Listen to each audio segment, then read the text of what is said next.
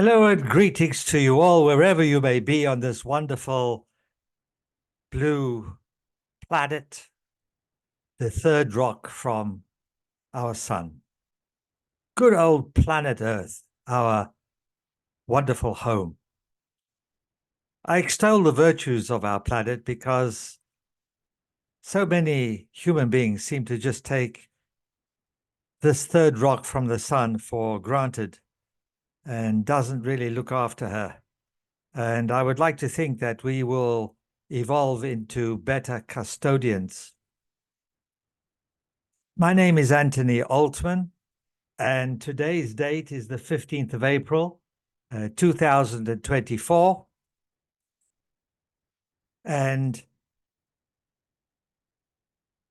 I have not been making videos for at least a month because I was unable to do so. And consequently, after a very interesting experience, which I'm going to share with you, I am now able to make this video. On the 11th of March, I was busy drilling holes in the ceiling, which is concrete, what seems to be concrete, in order to replace the light that had crapped out on me. And I had my lighting issue, which is now improved.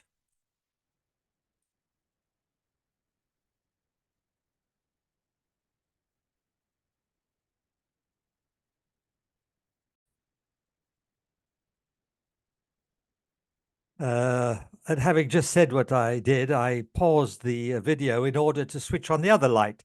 And I'm not sure that it made any improvement. It's a little bit out of balance, but anyway, it's better than it was. So I was busy drilling on a ladder. I'm 78 years of age, and I've been doing these sort of things all for years. I mean, I'm quite practical as long as it's relatively simple. And while I was on the ladder, I was holding the drill like extended away from my torso, a little bit out there.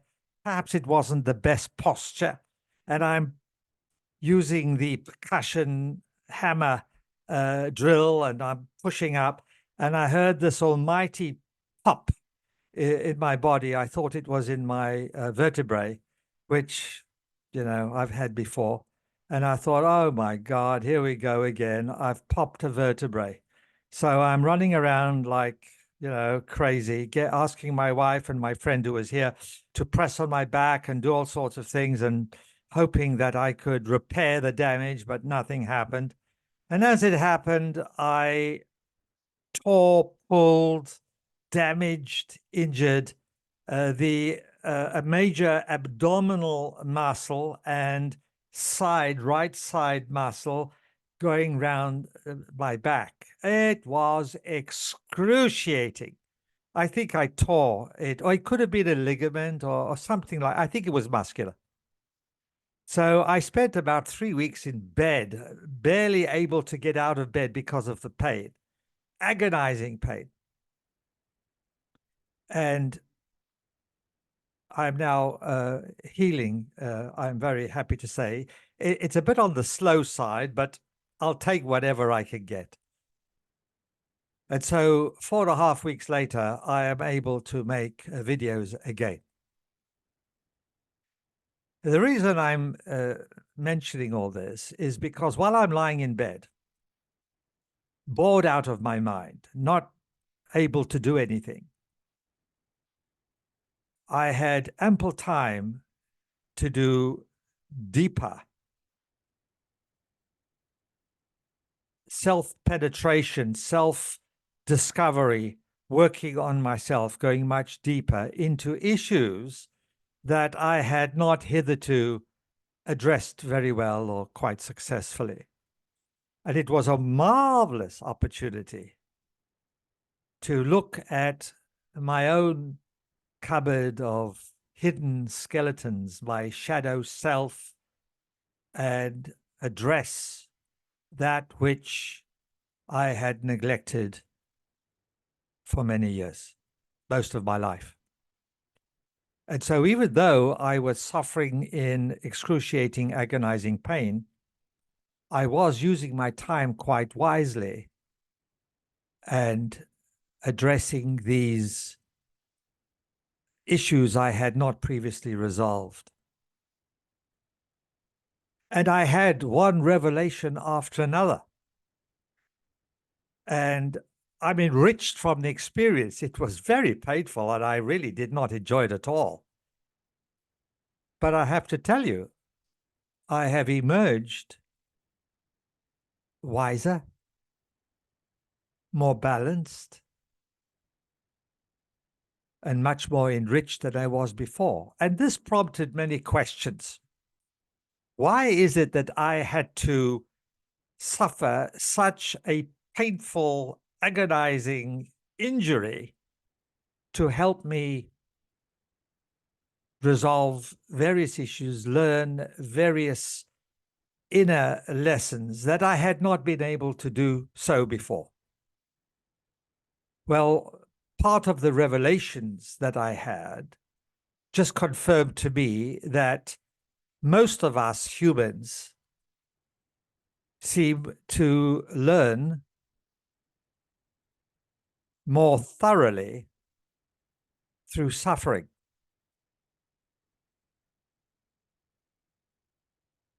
This is illogical to me, that we allow or choose to suffer to such a deleterious extent so that we can learn something that we were incapable of learning intellectually, through observation, through a more comfortable approach. That was a very, very revealing understanding.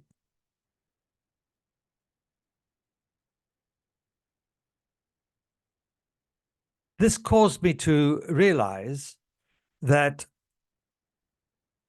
we carry a lot of baggage, not only as a result of what we have experienced in this lifetime, but all that baggage we have brought from many, many, many other lifetimes. And this baggage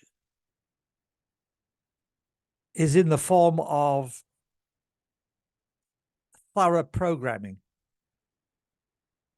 We've been programmed through trauma, drama, indoctrination over eons of time. And even if we just looked at our present this current lifetime, and we observed from the time we were born, if we can remember that far, 2, 3, 4 years of age, 5, 6, 7, go through our entire life, I think most of us will agree that we have been deeply programmed, intentionally or unintentionally, by our parents, by our schooling, our educational system, our social system, and every other system, banking system, medical system, everything. We've been conditioned to operate and think in a particular way, which really has not really been for our highest good. And so, because we were so well indoctrinated and programmed, we constantly repeated the same thoughts, the same words, the same actions, the same beliefs, the same patterns of behavior. And of course, we had the same results until we suffer. We're on our knees. And it is in that moment of agony, of suffering sufficiently, that we allow ourselves to be more open to realize what the programming has been and to actually want to change that programming for something better. And that's what happened to me while I was lying in bed in agonizing pain. I've had this experience before. It just goes on and on. But every time I have such an experience, I grow exponentially.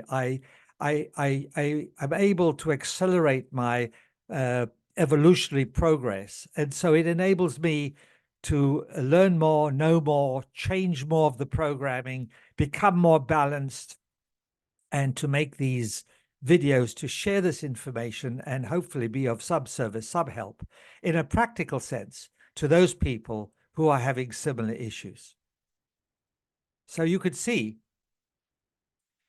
behind me the virtual background that I have chosen are of balloons that have been released, that have been let go. And these balloons represent all beliefs, all patterns of behavior, all of which are learned, all our programming learned that no longer serves us. And we arrive at a moment of seeing this, cognizing this, observing this within ourselves, and being willing, for one reason or another, to let those learned programs go like balloons, up and away. And this is what happened to me.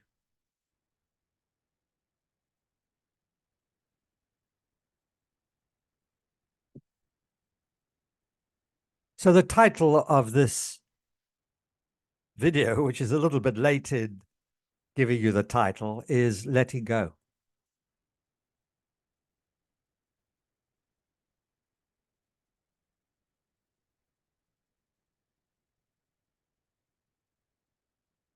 In actual fact, it's so much more than just letting go, because the letting go it comes after the fact, after the event. The actually event that I experienced, and I'm sure many, many people, you may well be able to resonate. And I'm referring to what is known as the dark night of the soul. As if the soul goes through some trauma, drama, torment in its process of letting go that which no longer serves us, the soul, the being, the complete being, for our highest good.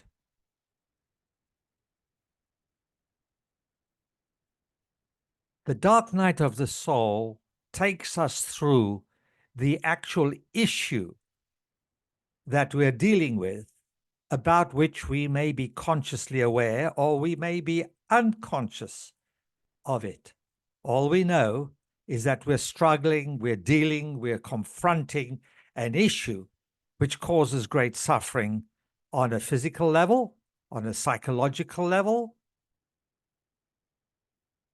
on a mind level,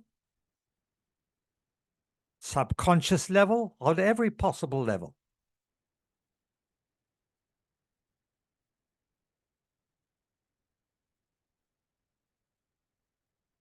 And the experience is born of the collapsing of what is known as the sense of self, the conceptualized sense of self. This is the ego. The ego, being a very important part of who we are, is usually out of balance and refuses to entertain positive change for the fear of being annihilated, removed, demoted. And in many traditions, they say you've got to destroy your ego and suppress your ego. And I don't agree with that. I feel the ego is part of us. The problem is that it is usually out of balance, dysfunctional, And as anything and anyone who is dysfunctional will lead me astray constantly until that moment of revelation when I am able to promote my ego to a higher frequency and allow the ego to actually be more balanced. And then the ego will guide me in a much more balanced and life-supporting manner. So what is this conceptualized sense of self? It is what we think we are, who we think we are. And in even worse circumstances, it is who other people think we are or should be, which we accept and which we take on board, and we adopt it as how we think we should be or what we should be according to what others, whether it's parents, whether it's wife or husband, teacher, doctor, anybody who decides what they think we should be doing, who we are, who we're not, and we agree to that. And in less serious circumstances, when we just actually arrive at this dysfunctional conclusion of who we are or who we are not ourselves. And the idea is to let all that go because it's not true. If it was true, we would be happy. We would be joyful and successful and well. And because most people on this planet do not enjoy such success, such happiness, and such well-being, then we are obviously doing something that's not for our highest good. We're either doing something that's for that affects us adversely, or we're not doing something that is for our highest good. One or the other. Doesn't matter. Let it go. Now, how do we let it go? That's the purpose of this video. The first part of letting that which no longer serves us for our highest good, to let it go, is to understand what it is and how it is affecting us and how we are affecting ourselves with our limiting learned thoughts, limiting learned patterns of behavior, and limiting learned programming that restricts us completely in every way possible. And once we realize this, then we can actually do something to change that positively. If you don't realize what the issue is, how can you fix it?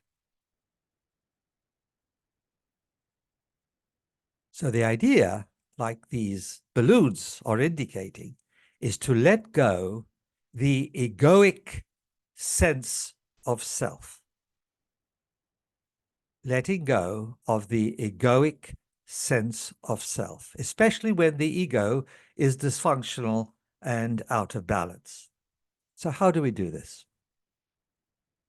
Well, actually, it's much easier than people realize. And I keep saying this, it's in so many other of my nearly 70, I think, or maybe more than 70 videos I have on YouTube and elsewhere.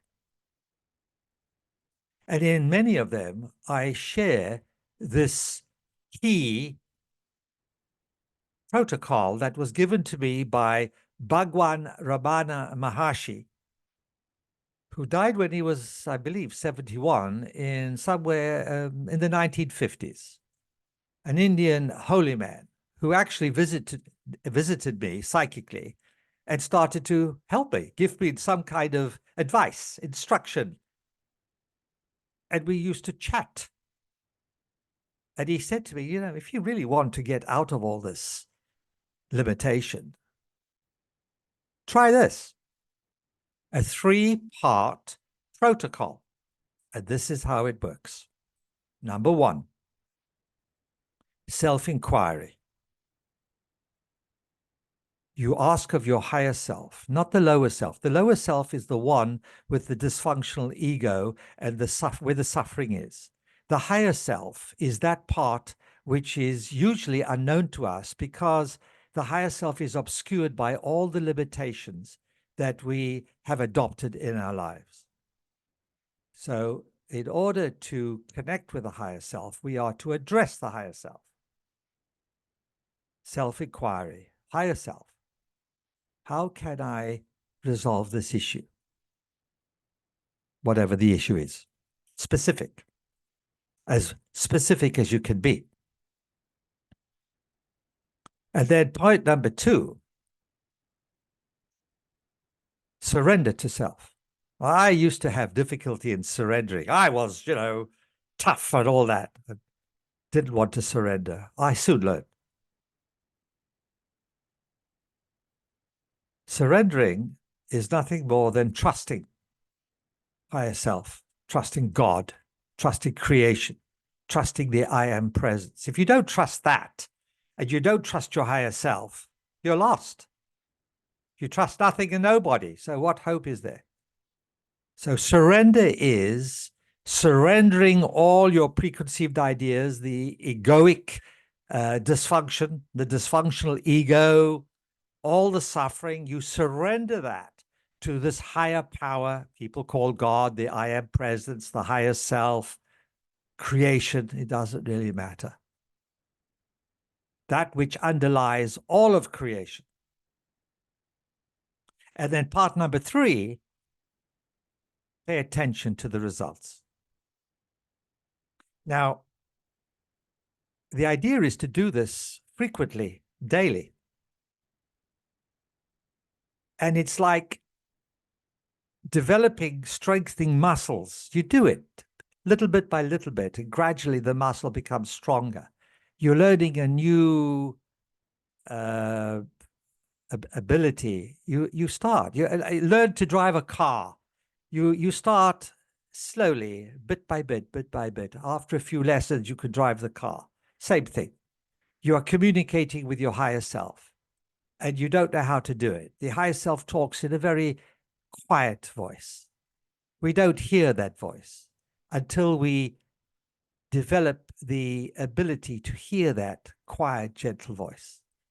And the more you ask of yourself, self-inquiry, surrendering, trusting higher self, paying attention, you will become observant of results. Initially, they may be very subtle. And as you get used to this process, they will become more obvious.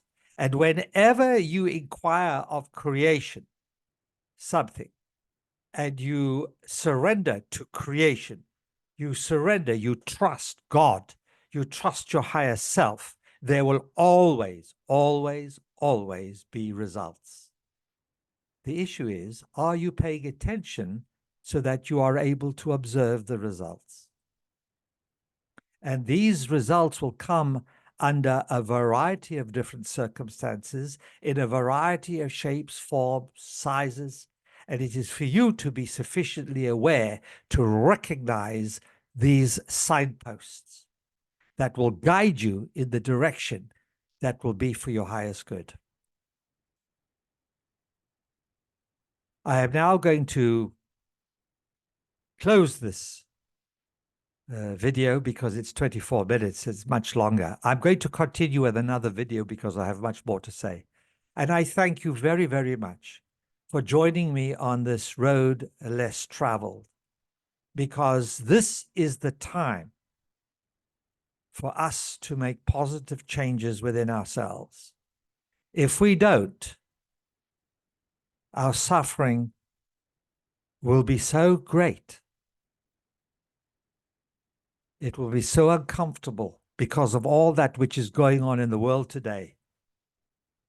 And the world is not going to change unless we individuals change first. You change, I change, and when sufficient of us change positively, become more balanced, then we will see positive change in the world. Thank you for joining me. Until next time.